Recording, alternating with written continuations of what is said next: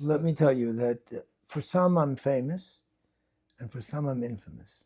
That the generation is very weak in Emunah, and just signing on the dotted line is not Emunah. And their mahalech is to do a lot of dancing and neo-Hasidus, a lot of songs, a lot of swag, a lot of colors, a lot of music videos, a lot of external things to make Yiddishkeit cool and hip and relevant. Do you think it has staying power? Is it surface level?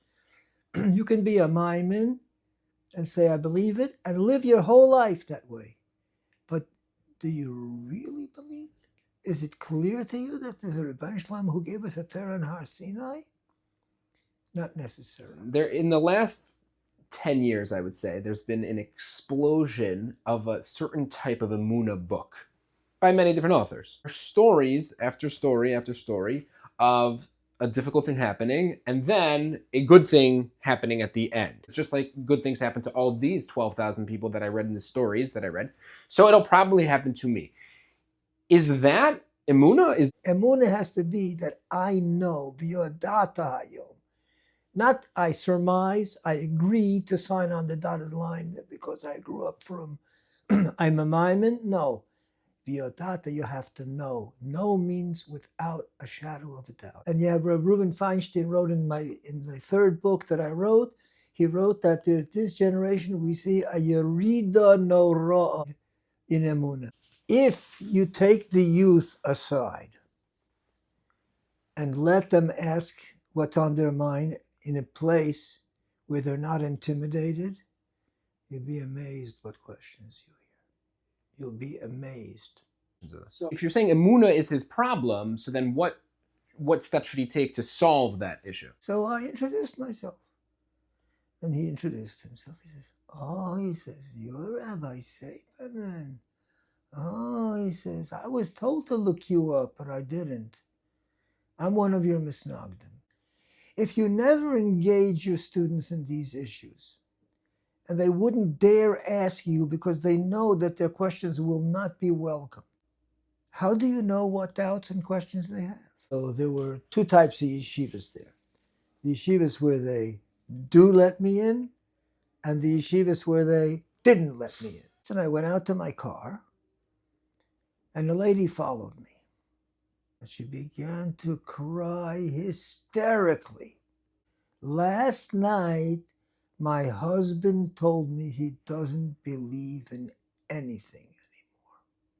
And I have no question that he went on the blogs or read the wrong stuff.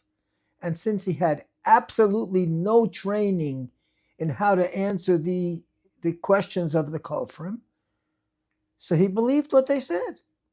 There are other issues in davening. Davening is an ancient problem. So what would you say to people who say, hey, listen, we have blossoming, flourishing Beis Yaakovs and Chadarim and schools that are bursting at the seams. They're learning and they're davening. Would you jump in and say there is still a major need to upgrade Emunah learning? It was never easier to be a Jew than in America. But it was never harder to want to be a Jew than in America. There are so many things pulling us in other directions. And the more we jump after the material way of life of Western society, the more we're into the Gashmias, the less we feel the sense of Ruchnias. If you don't ever think about it, you just go through the motions, you buy your Slurpees and your ice cream, and you go to your Seder, and you grow up and you go to the Kollel, and then you have children. That's very nice, but you're living like a machine. This is not what the Rebbeinu Shalom wants from us.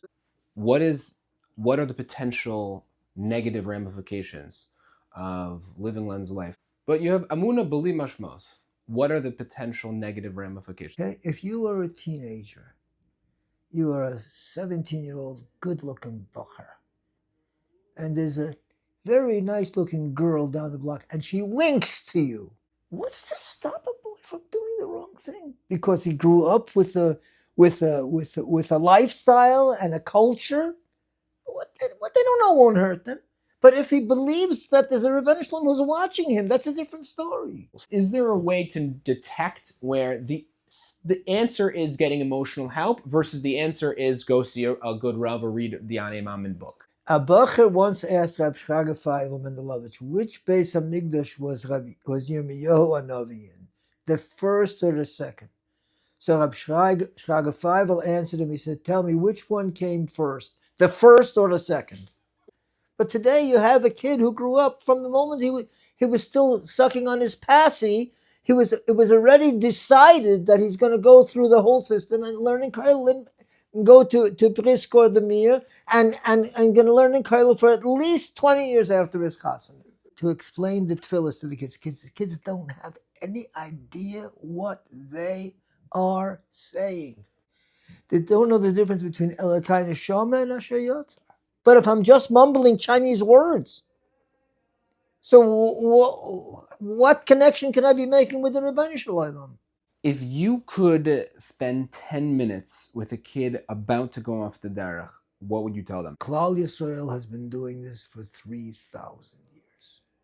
We spilled oceans of blood to keep this faith and shed rivers of tears for 3,000 years. You're about to leave an Emunah of 3,000 years. I understand you. You're being pulled in other directions. But at least remember that you left behind the Masoras of 3,000 years. When you hit rock bottom, remember you left the truth behind. Has there ever been a question that baffled you or stumped you? Minnesota, from Los Angeles, from Montreal, from Waterbury, from Lakewood, from Muncie, from Baltimore, from Chicago, from all over and from all different backgrounds. The questions are the same. Does it bother you, based on what you're saying, that anytime that there's a war or something happens in the world, especially in Eretz Yisrael, people run to start talking about Emunah, and Emunah is a major topic, and then once things simmer down, no one talks about Emunah anymore?